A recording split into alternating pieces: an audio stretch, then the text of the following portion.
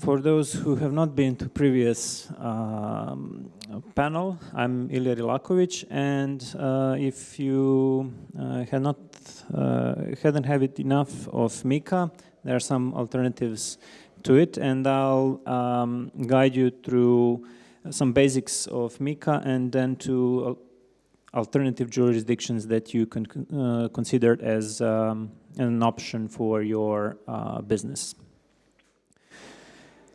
So, as I said, a short intro to MiCA, positive and negative sides, and two jurisdictions that I deemed good for your project, Web3 project, of course.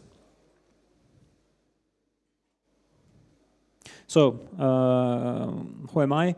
I'm an attorney at law from Belgrade, Serbia. I'm one of the co-organizers of EAT Belgrade. I'm also a runner, and when I'm not chasing clients, I'm chasing some personal records on half marathons. And my law firm is Law Decoded. So let's decode some MiCA complexities. Okay, so MiCA stands for Markets in Crypto Asset Regulation. It provides a clear, comprehensive, and harmonized regulatory framework in the European Union. It gives definitions of all key terms that are used in this piece of legislation. It governs issuance of e-money tokens, which basically stand for stablecoins, asset reference tokens, those tokens who are backed by some, let's say, commodity such as gold or any other commodity, and tokens other than e-money tokens and asset reference tokens, which basically stands for utility tokens. It also provides requirements for crypto asset service providers or CASPs and conditions that they have to fulfill in order to get CASP license and serve users in the European Union. It also governs prevention of market abuse, which is common feature of legislation for capital markets. But since tokens may have some features of financial instruments or similar forces drive their value on the exchanges, that's something that that concerns MiCA and that should be paid attention to. Of course, it provides rules on who are the regulators and bodies that oversee the whole, take care that MiCA is applied in the common market. On dates, it began rolling out in mid-2024, and full application started from the end of 2024, with grandfathering period until mid of next year. So there were some good things, actually many good things that MiCA brought, but there are many downsides, which are often either neglected or not covered enough. So let's go through some of them. Although it states that NFTs are not covered by MiCA, if NFTs are issued in series which effectively are not non-fungible, but they're fungible, MiCA still could apply. That's to prevent any manipulation with the rules. But anyways, NFTs are so 2021, so maybe nobody still cares about NFTs. DeFi protocols are also excluded from the MiCA, so they are not directly regulated. But as we discussed on previous panel, some aspects of DeFi could be covered by MiCA as well. For example, if you, as a front-end developer for a DeFi protocol, such as Uniswap, provide services to such platform, you could be liable for some aspects of crypto asset service provisions, such as custody, because you provide access to DeFi protocols.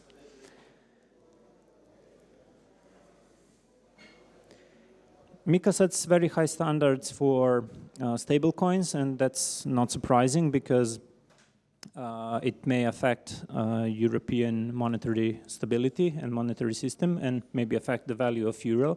So it has very strong requirements and many conditions to meet if you want to issue your stablecoin in Europe. It also makes difficult to comply because you can see what happened to USDT. They didn't want to comply, and they are pushed out of the EU. Unlike Circle, who decided to accept what MiCA requires, and they obtained their license mid of 2024. Again, one thing that we discussed on previous panel is very high compliance costs for startups, because it's still early days of MiCA application, and many law firms, advisors, independent lawyers compete and want to charge as much as possible for the services they offer. And for that reason, you can hear some fear-mongering in order to attract more projects to hire you and help you comply with the requirements. Another huge issue is that MiCA overlaps with other EU rules, so your project has to take into consideration many other rules, such as anti-money laundering rules, transfer of fund regulations, GDPR, DORA, which is Digital Operation Resilience Act, Payment Services Directive. It's a huge issue these days on the interpretation of European Bank Authority on transfer of e-money tokens, which consider that also should be subject to Payment Services Directive license, and that poses a huge burden to projects, especially exchanges who transfer stable coins among the users. Security tokens, of course, that's also part of the previous point, because if you issue a security token, then it's MiFID II that applies to you instead of MiCA, but often it's difficult to assess which piece of legislation applies to your company, to your project.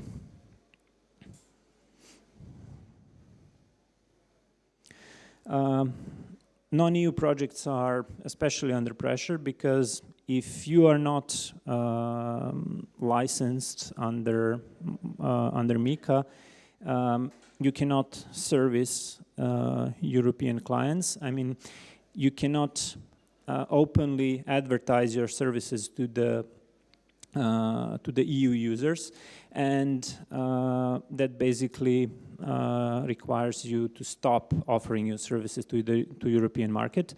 There is one exception, but that is only exception, and you cannot rely to that exception as your go-to-market strategy, which is called reverse solicitation. So the only case when you can serve European users is when those users approach to you and ask you for services you can offer. Basically, if you are, let's say, Qcoin, which is based out of the EU, you can offer services to European users, but only if they go to your platform and register by themselves on their exclusive initiative. You cannot advertise in Europe, such as conference like this, or post Twitter campaigns, LinkedIn campaigns, and similar.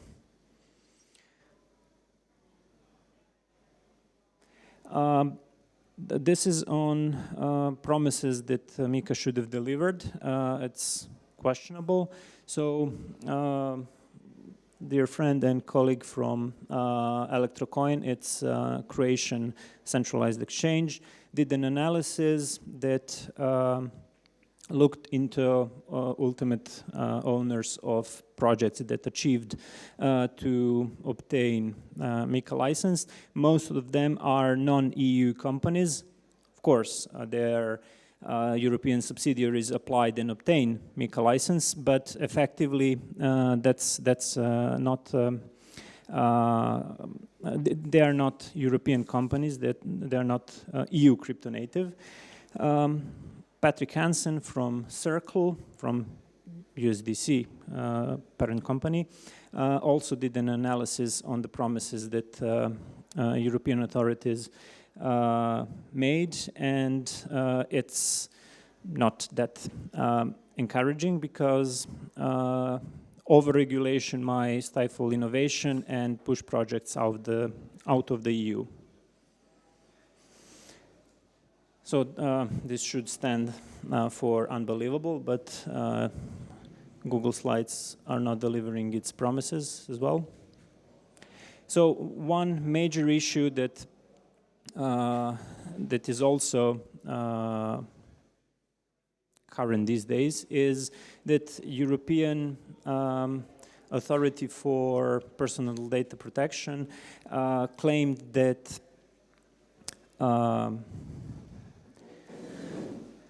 nodes are data controllers, and that crypto projects should also comply with GDPR, and they took that interpretation to an extreme, which means that ultimately, if users want that, they have to you have to effectively delete blockchain. What does it mean? You as a Facebook user, Instagram user, or Google user, you can ask those providers to delete your data, but how do you ask and whom do you ask to delete your data from blockchain? It's impossible. So that's why in the previous panel I said that this comes either from ignorance or malicious intent to kill Web3 industry because of its features that provide anonymity and privacy. So what are the alternatives? Given my experience with Panama, it might be a viable solution because it's not that difficult to incorporate a company or foundation in Panama. They offer solid privacy and asset protection framework.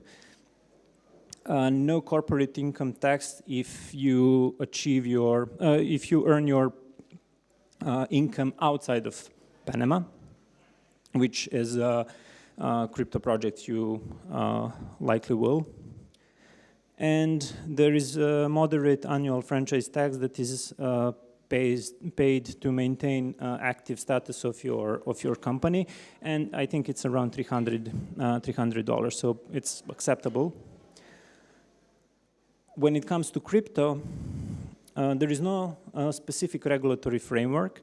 And on multiple occasions, Panamanian authorities said that they do not have authority and mandate to interfere into crypto industry because it's not explicitly allowed, as opposed to the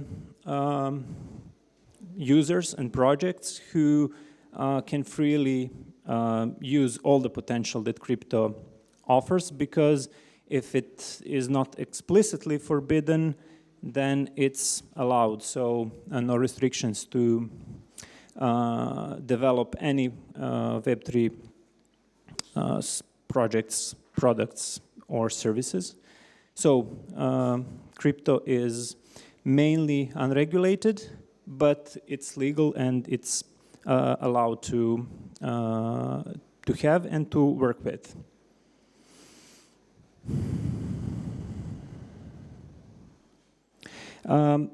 Also, authorities stated that crypto assets are not classified as illegal tendered securities or any regulated activities. So bank regulations, securities regulation, and other related rules cannot be applied to crypto at present moment. So companies operating in Web3 have very relaxed position in Panama, because Panamanian framework has very light touch over the industry. So it's very flexible and gives a lot of potential for you to be creative and to operate globally.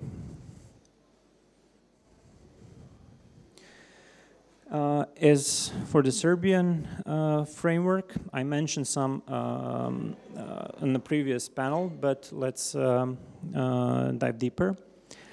So, as a non-EU country, we are not obliged to apply MiCA, so no MiCA requirements.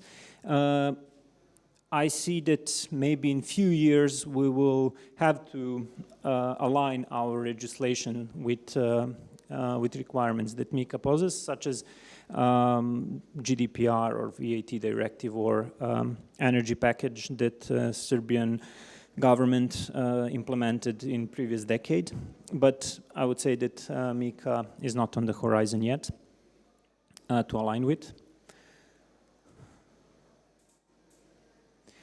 Serbia recently became a SEPA network member, but transactions within this network will be available mid of next year, which I consider a huge plus, because it will make our lives easier and movement of capital as well. It's also easy to incorporate a company and not expensive, usually not expensive. So low costs of incorporation, legal and operational costs, especially in the service industry, where you don't have to invest overly into machinery and real estate, because it's basically not necessary for what you do. It's also supportive for startups. There are also a lot of tax breaks for innovative startups. Relatively easy to open a bank account in Serbia, unlike offshore jurisdictions that you probably heard of. It's difficult to obtain a bank account. Also, you don't need a local agent, director, or employees. Such is the case in other jurisdictions. So basically, you as a foreign citizen can be director, and that's sufficient to run your own company in Serbia. Employees are also not required to be Serbian, but bear in mind that foreign citizens need to have a work permit in Serbia. Unlike Panama, no annual franchise tax. Corporate income tax is 15%, which is moderate, but only, of course, if there is profit to tax. VAT is 20%. And I would say the strongest side of Serbia is a great developer pool, especially in blockchain, for all programming languages. And of course, growing community. Our flagship event is ETH Belgrade. and that's not the only one, but a lot of local hackathons and meetups that happen regularly.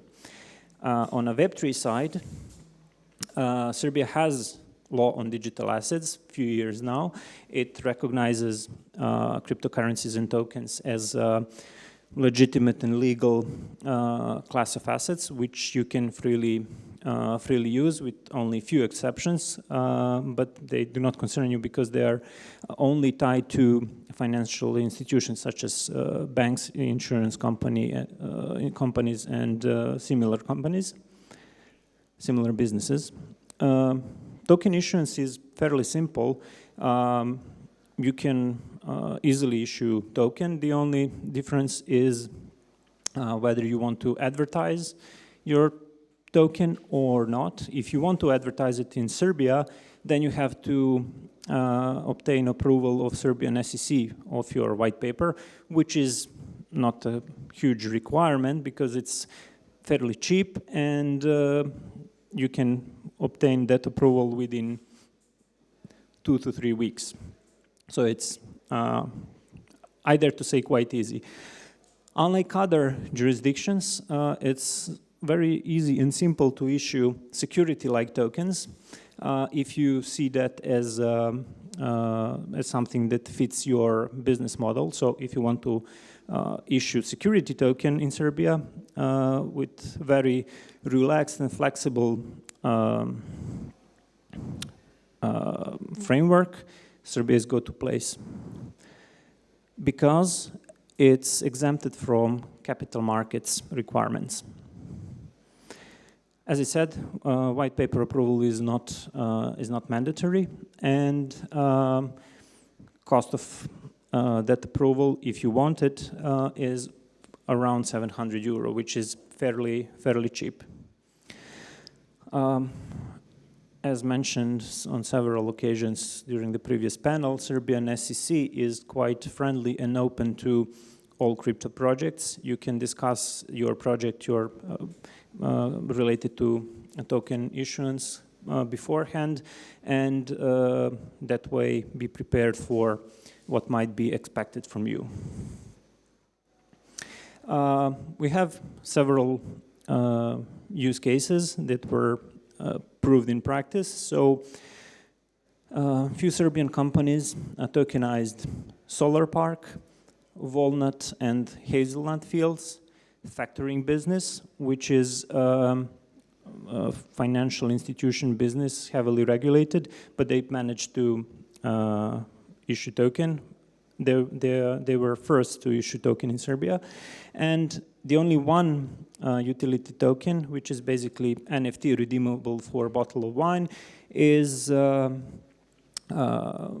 winery that issued this series of NFTs last year. It was great marketing move because there was huge wine fair last fall in Belgrade. One project that still have not happened is project to enable tokenization of shares in LLCs. We made a draft of that law, but it's still on hold due to other priorities of our government. I really hope that it will.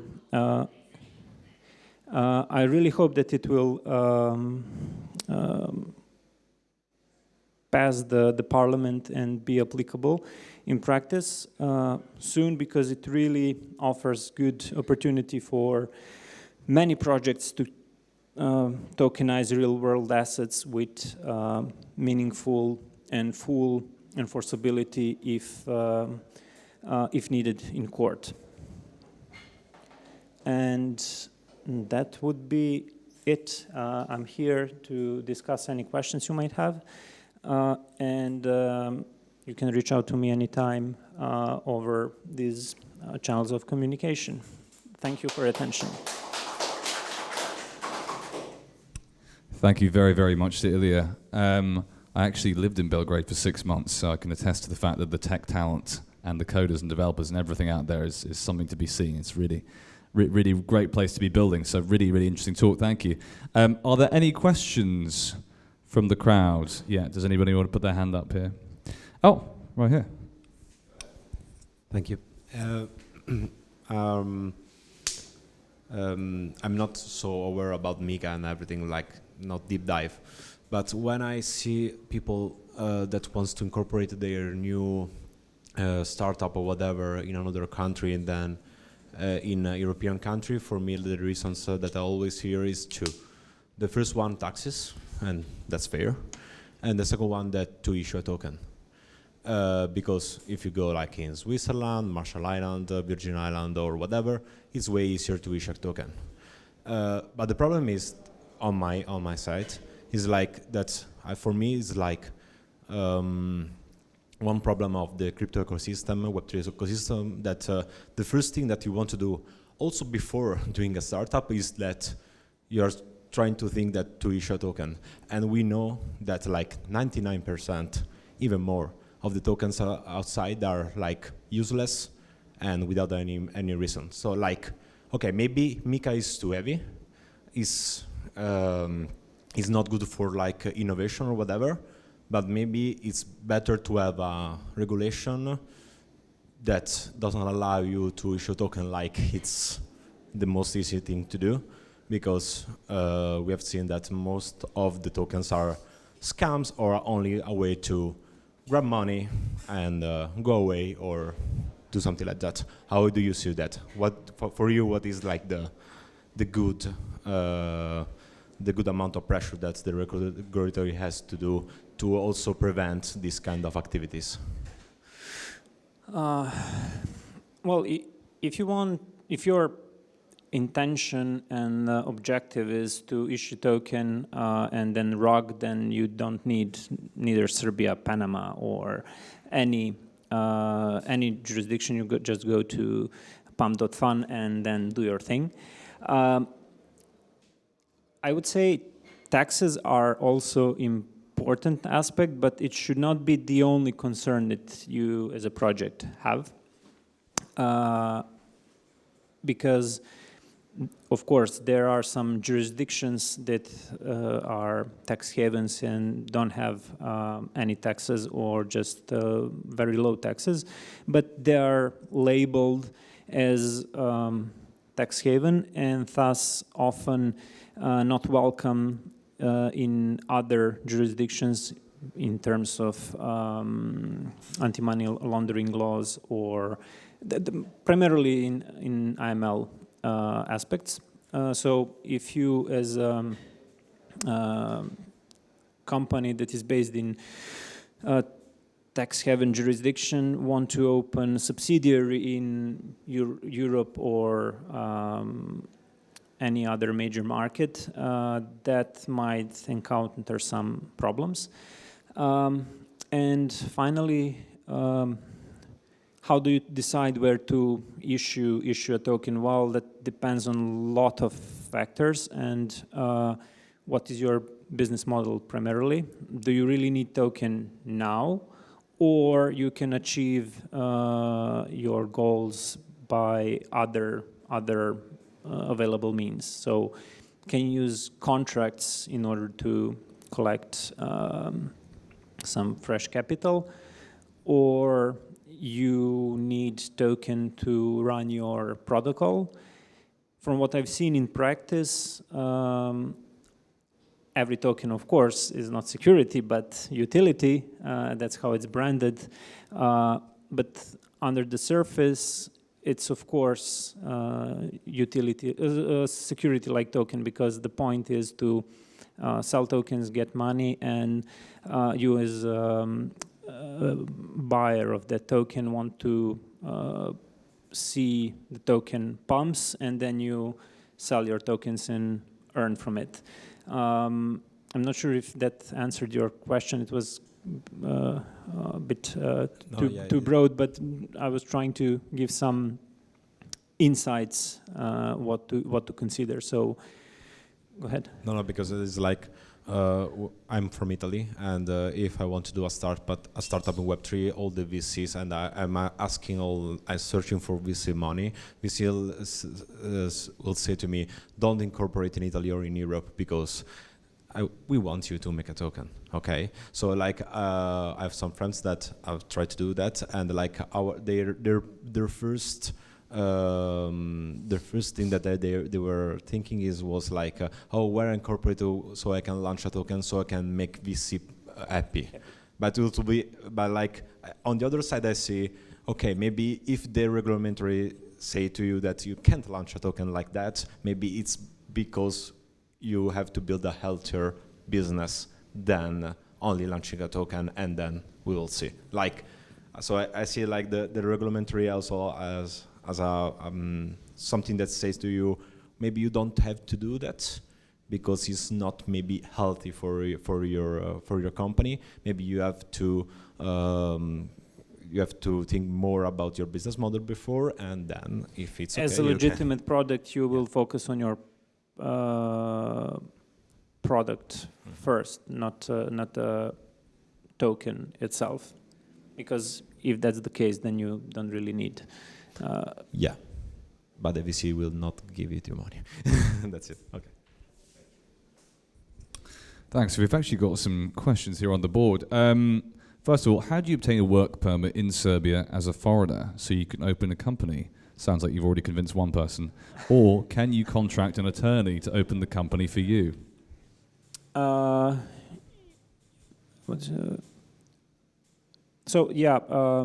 can open a company in Serbia and based on that obtain residence and work permit. That is possible. And can you contract an attorney?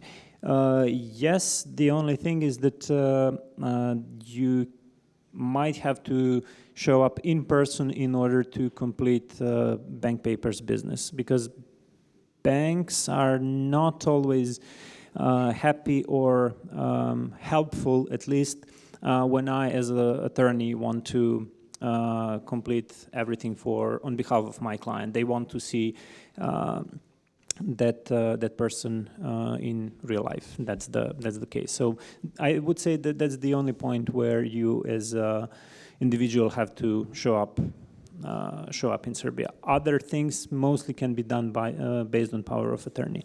And as for the first question, I don't know anything about Belize's framework, to be honest. So, if you want to wait for the Belize talk, that's coming in ETHCLUJ 2026. So wait for that. Guys, big round of applause here for Ilija. Thank you so much.